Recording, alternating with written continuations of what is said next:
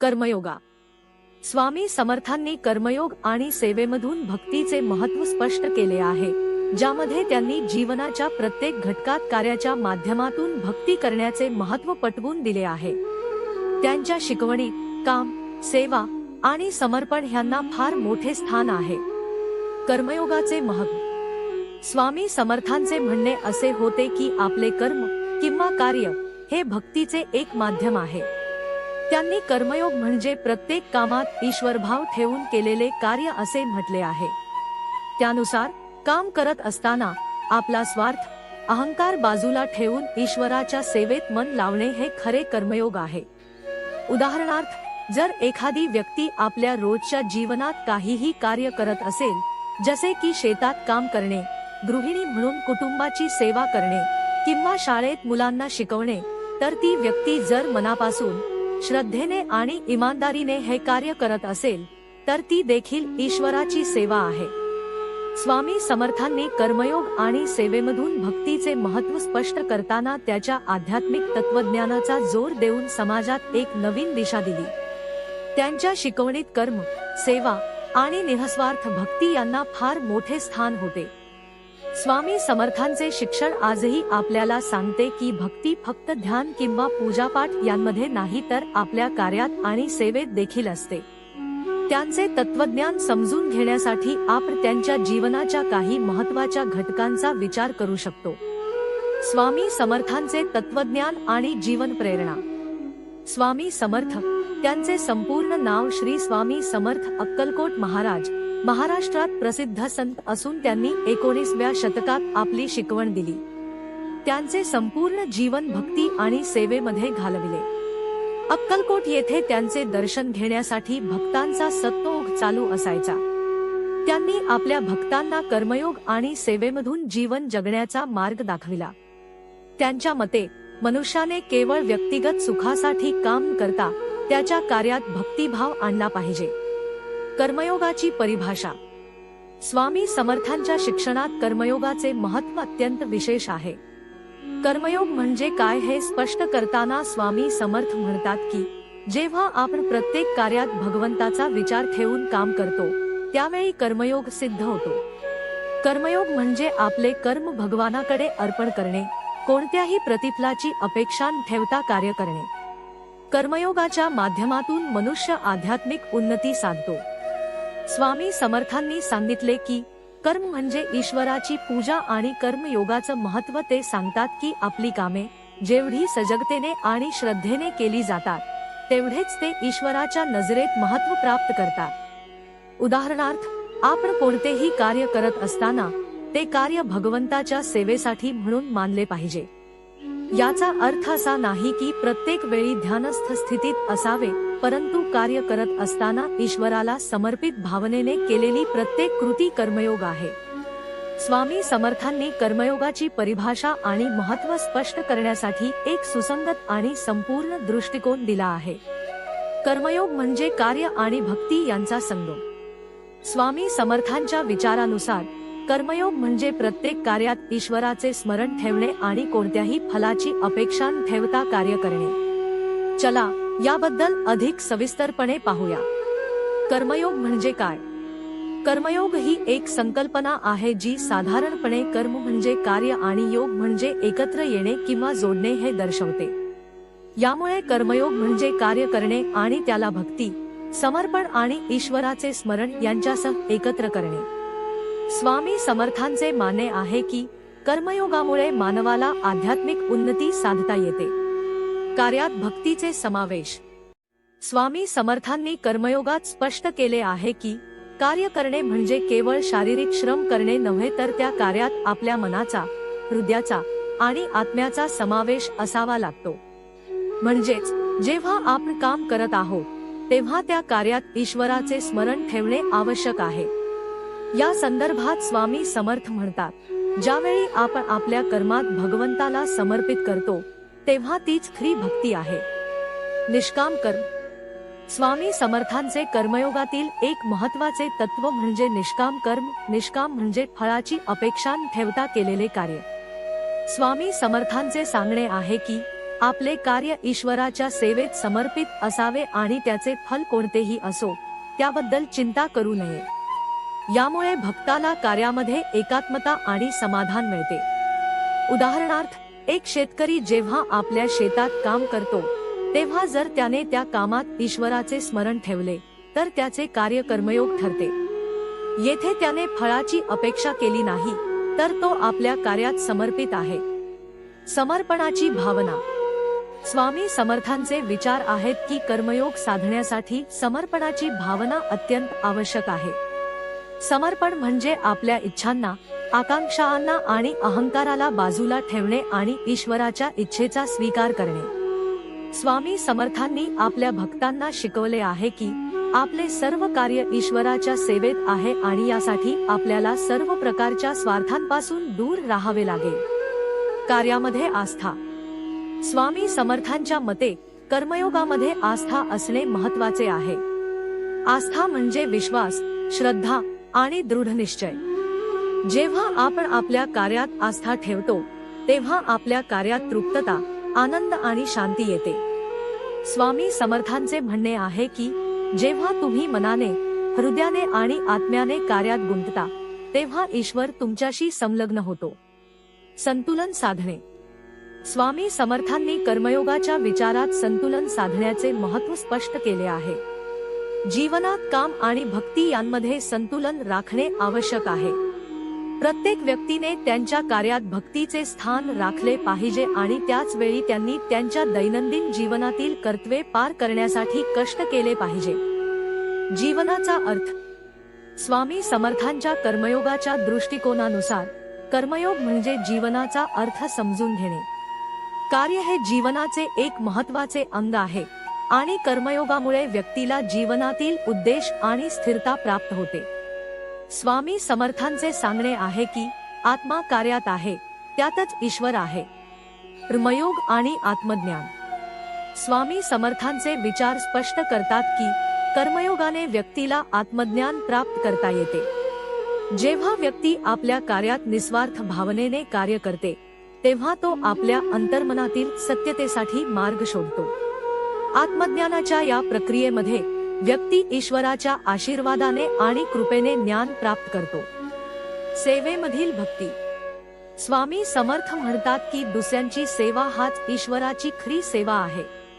त्यांनी अहंकार न ठेवता सर्व जीवांची सेवा करण्याचे महत्त्व पटवून दिले।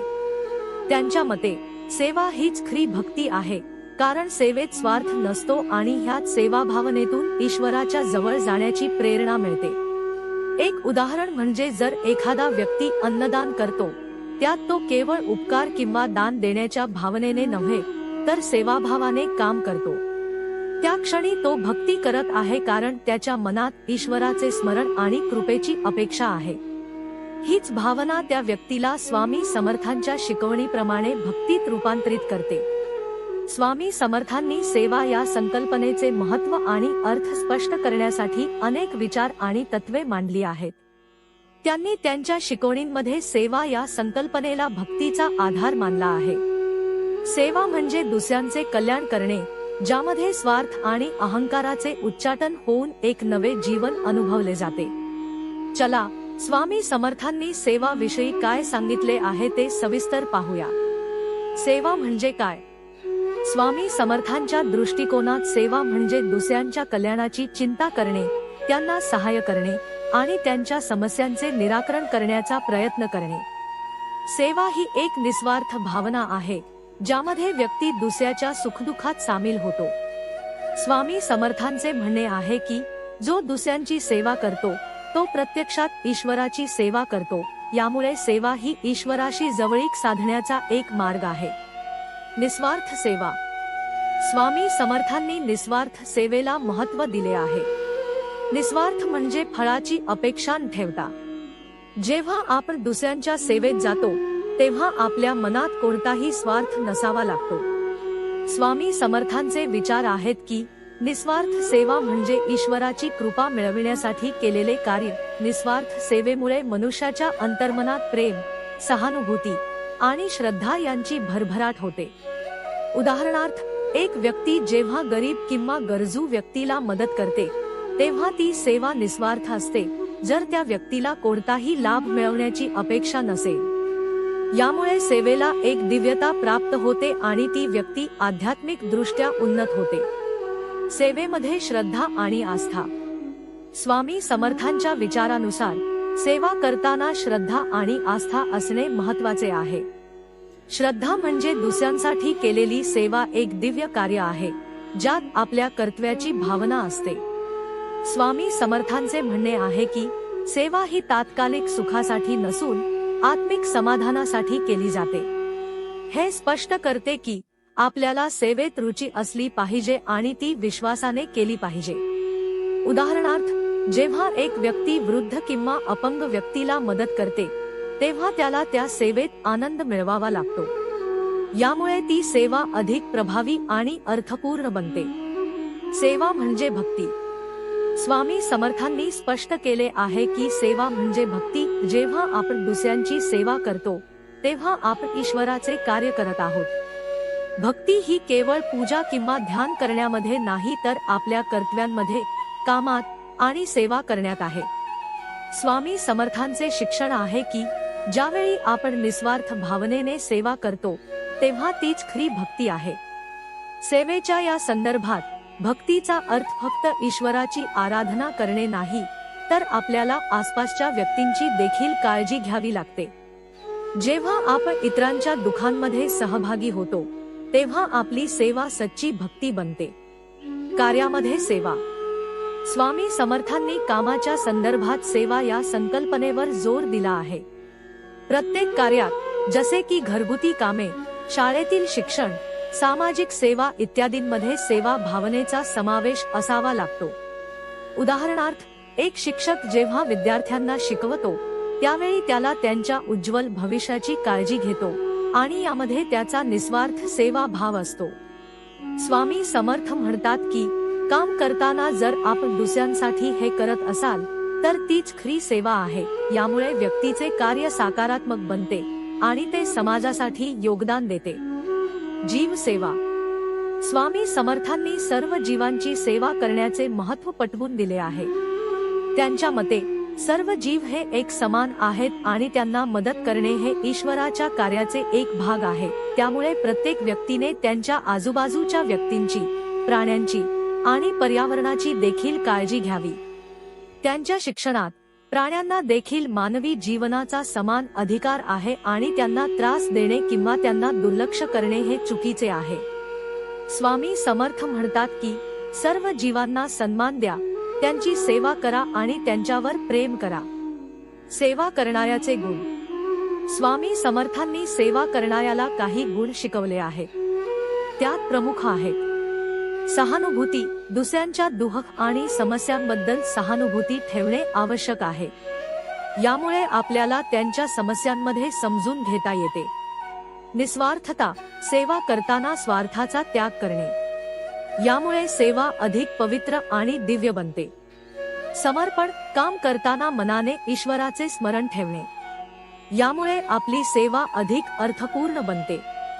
सकारात्मकता। सेवेमध्ये सकारात्मक दृष्टिकोन ठेवणे। यामुळे आपली सेवा इतरांना प्रेरणा देते। स्वामी समर्थांचे उदाहरण। स्वामी समर्थांनी त्यांच्या जीवनातही सेवा करण्याची प्रेरणा दिली। त्यांनी अनेक भक्तांना मार्गदर्शन केले, त्यांच्या अडचणी सोडवण्यासाठी मदत केली आणि समाजात सकारात्मक बदल आणले। त्यांचे जीवन हे सेवा आणि भक्तीचा उत्तम उदाहरण आहे। उदाहरणार्थ, स्वामी समर्थ अनेकदा अडकलेल्यांना मदत करत। त्यांच्या ज्ञानामुळे आणि अनुभवामुळे त्यांनी अनेकांना मार्ग दाखवला। त्यांच्या कार्याने समाजात एक सकारात्मक बदल केला। सेवा हे ईश्वराचे कार्य। स्वामी समर्थ म्हणतात की जेव्हा आपण दुसऱ्यांच्या सेवेत जातो, तेव्हा आपण प्रत्यक्ष ईश्वराच्या कार्यात सामील होतो। त्यांनी स्पष्ट केले आहे की सेवा करण्यामुळे आत्मिक शांती आणि संतोष प्राप्त होतो। यामुळे व्यक्तीला ईश्वराशी जवळीक साधता येते। स्वामी समर्थांचे शिक्षण असे आहे की सेवेमध्ये आनंद आहे। जेव्हा आपण इतरांच्या कल्याणासाठी कार्य करतो, तेव्हा आपल्याला एक अद्वितीय आनंद मिळतो। यामुळे आपले जीवन अधिक अर्थपूर्ण बनते। सेवा आणि समाज। स्वामी समर्थांच्या शिक्षणानुसार सेवा ही समाजासाठी अत्यंत आवश्यक आहे. समाजात विविध समस्या असतात ज्या दूर करण्यासाठी सेवा आवश्यक आहे. स्वामी समर्थ म्हणतात की एकत्र येऊन काम करणे, आपसात एकतेने राहणे आणि समाजातील सर्वांच्या भलेसाठी कार्य करणे हीच खरी सेवा आहे. सेवेमुळे समाजातील विविध वर्गांना मदत मिळते आणि यामुळे समाजातील एकतेचा विकास होतो. स्वामी समर्थांचे शिक्षण असे आहे की समाजाच्या कल्याणासाठी कार्य करणे हे प्रत्येकाचे कर्तव्य आहे. सेवा आणि आत्मिक विकास. स्वामी समर्थांच्या दृष्टिकोनात सेवा ही आत्मिक विकासाची एक साधने आहे. जेव्हा आपण इतरांच्या सेवेत जातो तेव्हा आपण स्वतःला अधिक आत्मिक उन्नतीच्या दिशेने नेत आहोत. स्वामी समर्थांचे म्हणणे आहे की सेवा केल्याने आत्मा पवित्र होतो. सेवेमुळे मनुष्याला आत्मा आणि शरीर यामध्ये एक संतुलन साधता येते, ज्यामुळे आत्मिक शांती, आनंद आणि संतोष प्राप्त होतो. स्वामी समर्थांच्या विचारांनी सेवा या संकल्पनेला एक महत्त्वपूर्ण स्थान दिले आहे. त्यांनी शिकवले आहे की सेवा ही एक दिव्य कार्य आहे ज्यात निस्वार्थता, श्रद्धा आणि भक्तीचा समावेश आहे. सेवा करताना आपल्याला स्वार्थांचा त्याग करावा लागतो आणि दुसऱ्यांच्या सुखदुःखात सहभागी होऊन त्यांना मदत करावी लागते. स्वामी समर्थांच्या शिकवणीमुळे प्रत्येकाने आपल्या जीवनात सेवा यांना अवश्य समाविष्ट करावे, ज्यामुळे मानवता, सहानुभूती आणि प्रेम यांचे प्रमाण वाढेल. स्वामी समर्थांची शिकवण आजही प्रत्येकासाठी एक प्रेरणा आहे आणि त्यांचे तत्वज्ञान आपल्या जीवनात अंमलात आणणे अत्यंत आवश्यक आहे. त्यांच्या विचारांमध्ये एकात्मता आणि मानवतेचा संदेश आहे, ज्यामुळे प्रत्येक व्यक्ती आपल्या जीवनात सेवा करण्याची प्रेरणा घेतो. सेवा ही भक्तीची एक सजीव आणि सक्रिय अभिव्यक्ती आहे आणि स्वामी समर्थांचे शिक्षण हे आजच्या काळातही अत्यंत प्रासंगिक आणि प्रेरणादायक आहे.